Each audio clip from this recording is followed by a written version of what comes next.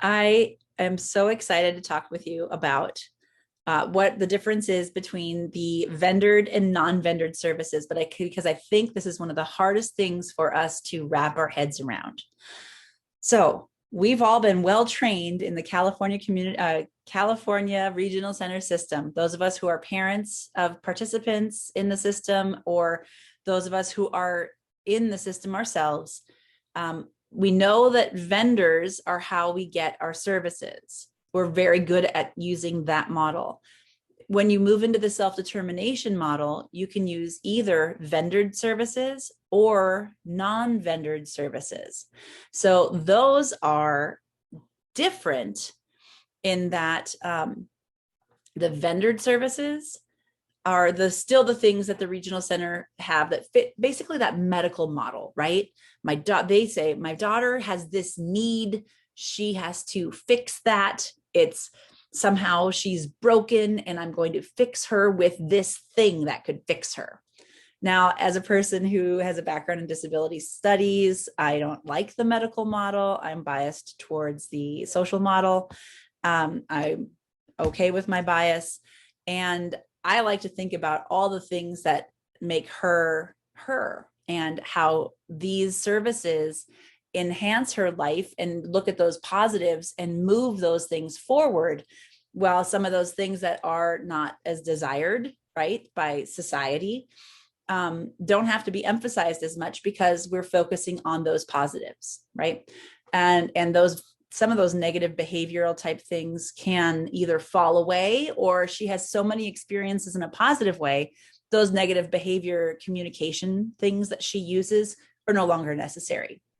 So I like the non-vendored model because of that focus on what does she want to be doing. It is a person-centered support for her, right? So let's talk first about the vendored services and then the non-vendored. Vendored services fit that deficit model. They are approved by the regional center system. Each service has to conform to a service code. Those service codes are defined. There is no flexibility in the pay rate. It's a state approved rate. Different regions of the state have different costs of living, and so there are flexibilities by region. But as a whole, this is how much they can charge. This is how much they make. This is it, right? Common services in that model are respite, socialization, maybe parent education, family training, personal assistance, those kinds of things. So someone will often post a question on like Facebook and say, what do you get from the regional center, right? And those are the things they're talking about. What services do you qualify for? Now let's move into the idea of the non-vendored service. So the non-vendored service, you create that service. You have to be a little more creative, but I have created a couple of services for my daughter as in her system. One of the services that we've created for her is the community integrator. That's the person who would accompany her to a class to help her transition between preferred and non-preferred activities. I'm not using ABA in that situation. I'm using this community integrator, right?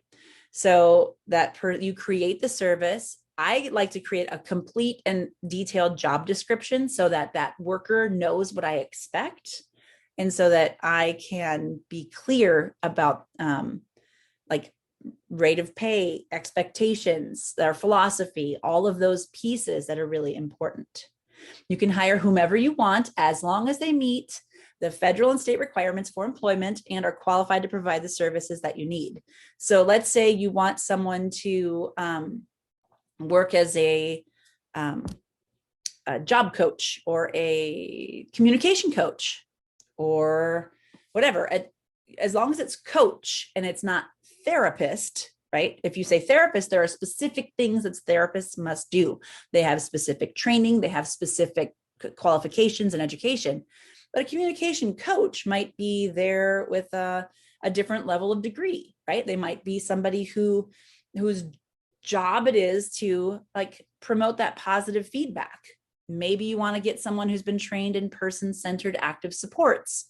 That's kind of like an alternative move that we have right now away from ABA, but more focused on the person instead of, like, don't do that. Don't do that.